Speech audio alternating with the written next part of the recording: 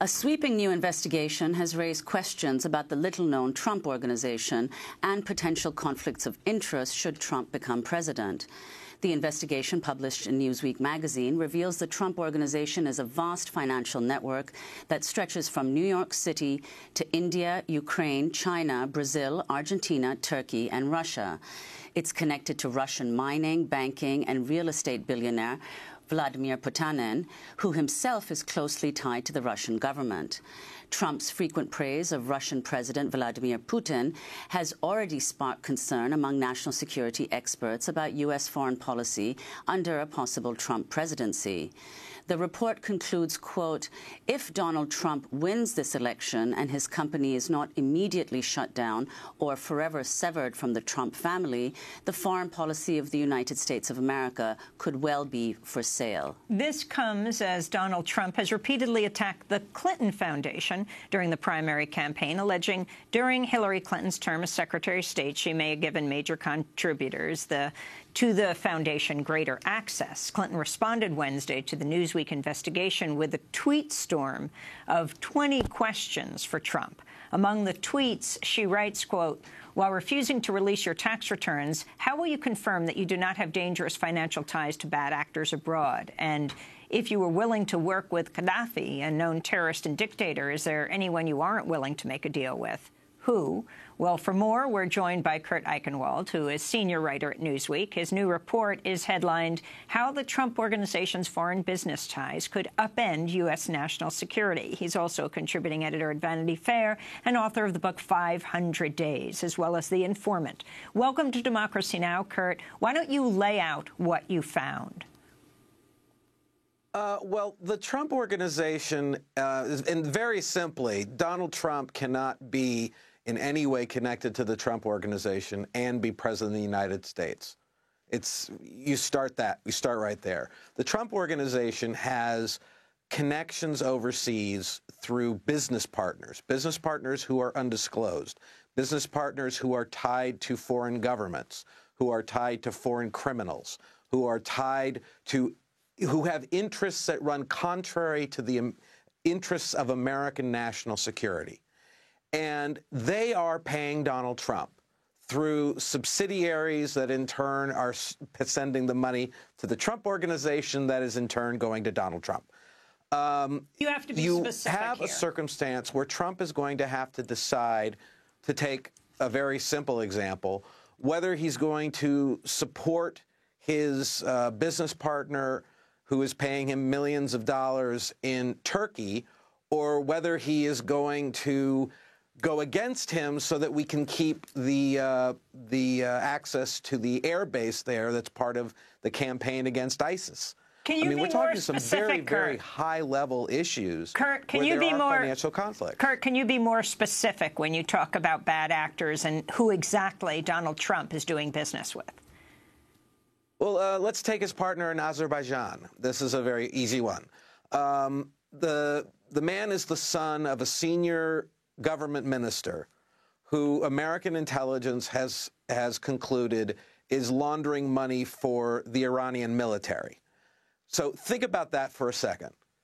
Donald Trump's business partner is family with a man that the American government says is laundering money for an enemy of the United States. You know, Donald Trump has tried to do business with Muammar Gaddafi. Donald Trump has done business with people who their governments are pursuing them criminally. And, you know, you end up in a situation where there are now governments, because of Donald Trump's business dealings in their country, in Turkey, in the UAE, also in a convoluted way in Saudi Arabia, where they say publicly and privately they're not going to work with a Trump administration. And what about the points? You know, we're buying a pig in a poke here. We don't know about this guy's health. We don't know about his businesses. This took me an incredible amount of time just to unwind 15 out of 500 partnerships. And Kurt, what about what are the rest of them? Who is he doing business with?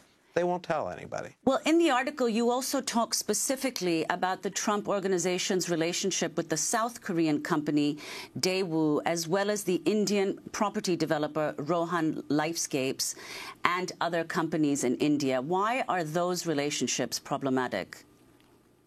Well, with Daewoo, what you have is, Trump has been going on in his campaign about how the South Korean government should pick up more of its military expenses, and the South Koreans should be becoming a nuclear power. Well, if he pursues that policy, one of the biggest beneficiaries is going to be his business partner in South Korea, Daewoo. With India, you have a scenario where Trump's business partners are directly interlinked with two political parties there. They are, as a result, there is an issue that's been created relating to India and Pakistan, because these are not two groups that get along well, and Pakistan, because of Trump's anti-Muslim positions, already hates him. And so you have a scenario where Trump has to make choices of, is he going to put pressure on the Indians to benefit his partners, some of whom are in trouble there? Is he going to ignore his partners? Is he going to pursue an interest, leaning toward Pakistan?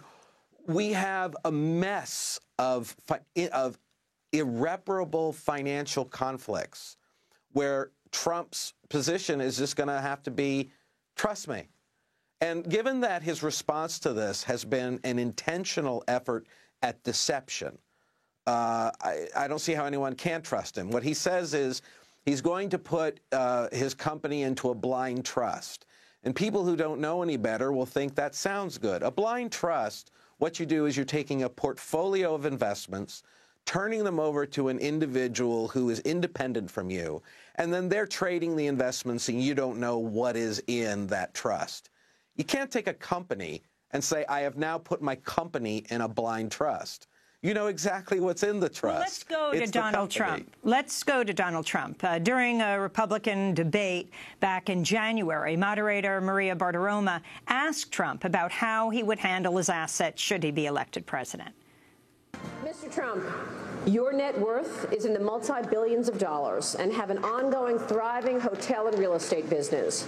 Are you planning on putting your assets in a blind trust should you become president? With such vast wealth, how difficult will it be for you to disentangle yourself from your business and your money and prioritize America's interests first?